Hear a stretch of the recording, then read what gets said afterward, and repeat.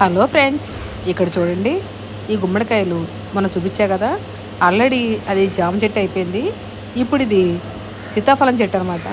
ఈ కాయలు కూడా రాకుండా ఎన్ని కాయలు వచ్చాయో చూడండి. ఒకటే చెట్టు నుంచి వస్తున్నది అన్నమాట ఇదంతా కూడాను.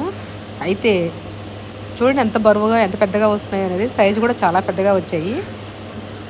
అందరూ కుక్క ఉంది జాగ్రత్త అని బోర్డు పెట్టిన గేట్కి. నేను గుమ్మడికాయలు పడితే నాకు సంబంధం లేదని బోర్డు పెట్టుకోవాల్సి వస్తుందేమో.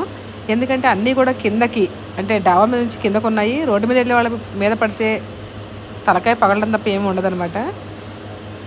అలానే కొయ్యలేను. ఇది చూడండి, ఇది కరెంట్ వైర్ను కూడా వదలట్లేదు అనమాట నా చెట్టు. అలా అలా పైకి రూట్ మార్చమంటే అది పైకి వెళ్తుంది. ఎక్కడి వరకు వెళ్తుందో చూద్దాము. ఇంకా ఎండడానికైతే ఎక్కడ ఏమాత్రం అవకాశం లేదు. ఇగోండి ఇంకా పిందెలు పడుతున్నాయి, కొత్త పూలు వస్తున్నాయి.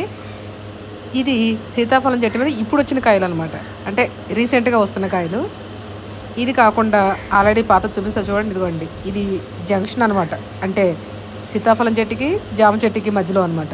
ఇలాగా ర్యాక్ ఉంటే ఆ ర్యాక్లో కూడా వచ్చేసినాయి. ఇవన్నీ కొత్త కాయలు.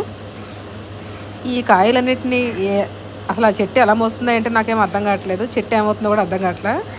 ఇంకా పూత వస్తుంది. ఆకులు కూడా చాలా ఫ్రెష్గా ఉన్నాయన్నమాట. మళ్ళీ కాయలు వస్తున్నాయి, పిందెలు. ఇదిగోండి, నిన్న గాలిదుమ్మ వచ్చింది మాకు. గాలిదుమ్మకి మొత్తం ఇది జామ చెట్టు మీద పాత కాయలు ఇవన్నీ కూడా ఇలా ఉన్నాయి. ఇగో కొన్ని కాయలు పడిపోయినాయి. ఆల్రెడీ కొన్ని జ్యూస్ చేస్తున్నాను, అలాగే తెలిసిన వాళ్ళకి ఇస్తున్నాను. అయినా కానీ ఇంకా ఉన్నాయన్నమాట.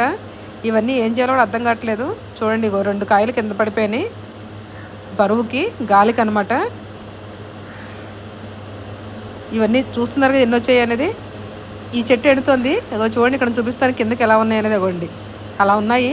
అవి కింద పడితే మనం ఏం చేస్తాం చెప్పండి, అంత బరువు ఉన్న కాయలు.